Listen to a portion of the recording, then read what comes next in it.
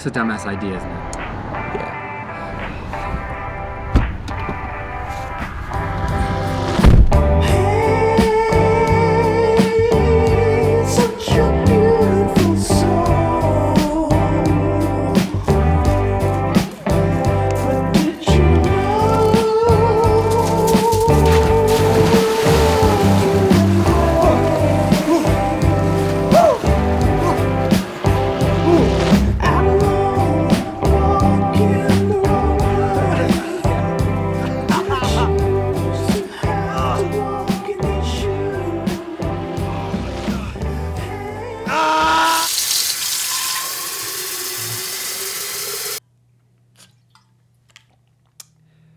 If there is one thing that stalled me the most in life, it is hands down self-doubt. Procrastination as well, but we're not talking about that. Not only has it affected me, but it affects almost every single person I know. It's kind of like the nemesis of an artist or of any goal you're trying to pursue. And because I think that mindset is so overlooked in filmmaking or any other art for that matter, I wanted to talk about how I stopped that little bitch, how I stopped the villain from taking over my actions.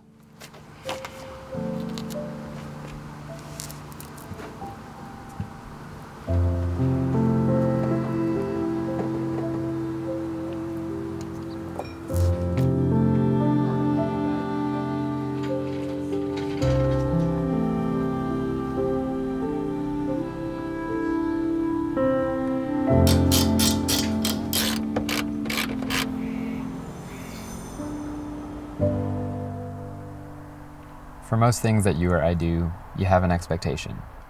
Maybe it's a vision of you being really good at a job or a skill, and so you start. And then a few weeks and months go by and you're scrolling through TikTok and you see some kid 5 years younger than you that's way better. And that's when self-doubt starts to creep in and you just want to give up and die. And that is when you make the pact. For me, my pact is about 2 years, give or take a little bit. It took me about 2 years to get good at most of the skills I learned. Skateboarding, guitar, working out, all took around 2 years, give or take a little bit. Because of that, I try to apply a commitment of 2 years to most things that I do. But it really depends on the person, so you can kind of suss it out for yourself. Another little bit more extreme example for me is filmmaking.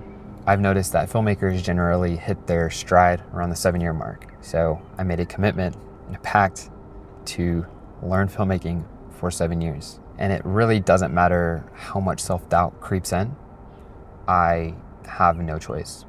I'm locked in.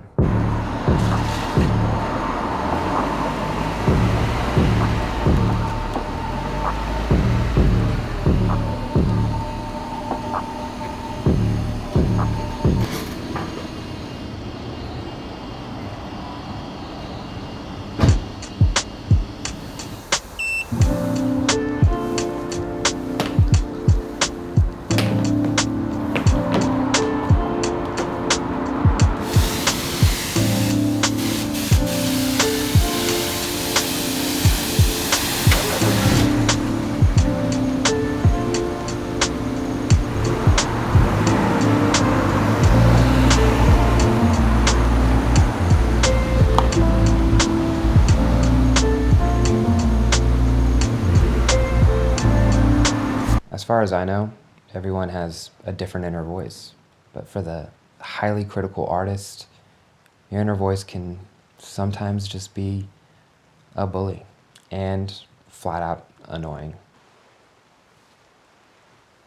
It really is just your subconscious telling yourself over and over again that you can't do something. That gut feeling inside that just says you're not good enough, that you suck. And maybe you do.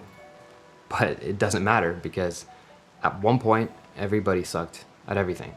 And for me, that idea alone has helped me kind of silence the inner voice just a little bit.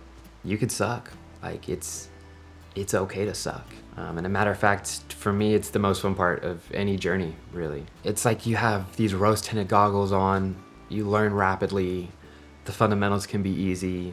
What really helps me, I guess, is just the belief that given time, it's almost impossible to not get good at the thing you're learning.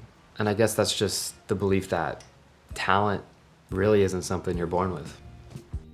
So how do I physically overcome the inner voice? Well, I write to myself. I do brain dumps where I literally just go on my laptop and type. Kind of like I'm talking to myself. It's pretty much just combating the voice in my head. You can do this on paper. Some people also talk to the mirror. You look a little crazy, but it's the same effect. So yeah, I am doubting myself. You can also, of course, meditate. That's a classic, but I really stand by writing to yourself. I kind of treat it as if I'm hyping up a homie, because they need it, but I just do the same thing to myself. And yeah, it works.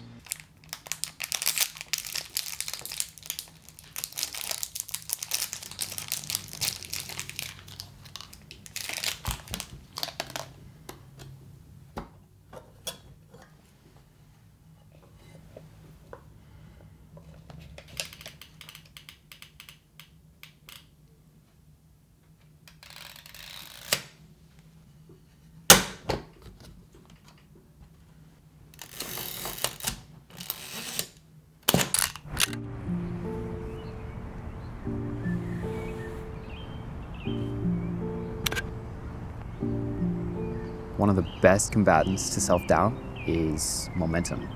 It's similar to a habit, I guess. It's kind of the idea that the more you do something, the less friction there is to actually do it. Alternatively, there are some things that you can do that can give you the confidence or the momentum to do other things. I know that's confusing, but for example, some people credit the gym to helping them being a better writer. It helps them focus and be less antsy. The point is that there's numerous things you can do to build this kind of momentum. I'm freaking cold. To me, the best things to conquer are generally the most uncomfortable. For example, going out to the movies or eating out alone. I love doing those things, but a lot of people find them really weird and really uncomfortable, and I get why. Another one is cold plunging every day. That shit is super uncomfortable. Going for long walks alone, going on solo trips. One that's been really difficult for me has been filming in public, so I've been trying to do that a lot more. There's just something really uncomfortable about like going to a spot and whipping out your dorky ass tripod, but when I'm done, I feel accomplished, like I actually did something. It kind of just gives me the momentum and excitement to keep on going. There's really an infinite amount of ways to go about this concept, but the point of it is to just get up and do something. Literally anything that gives you that little bit of momentum to just keep going.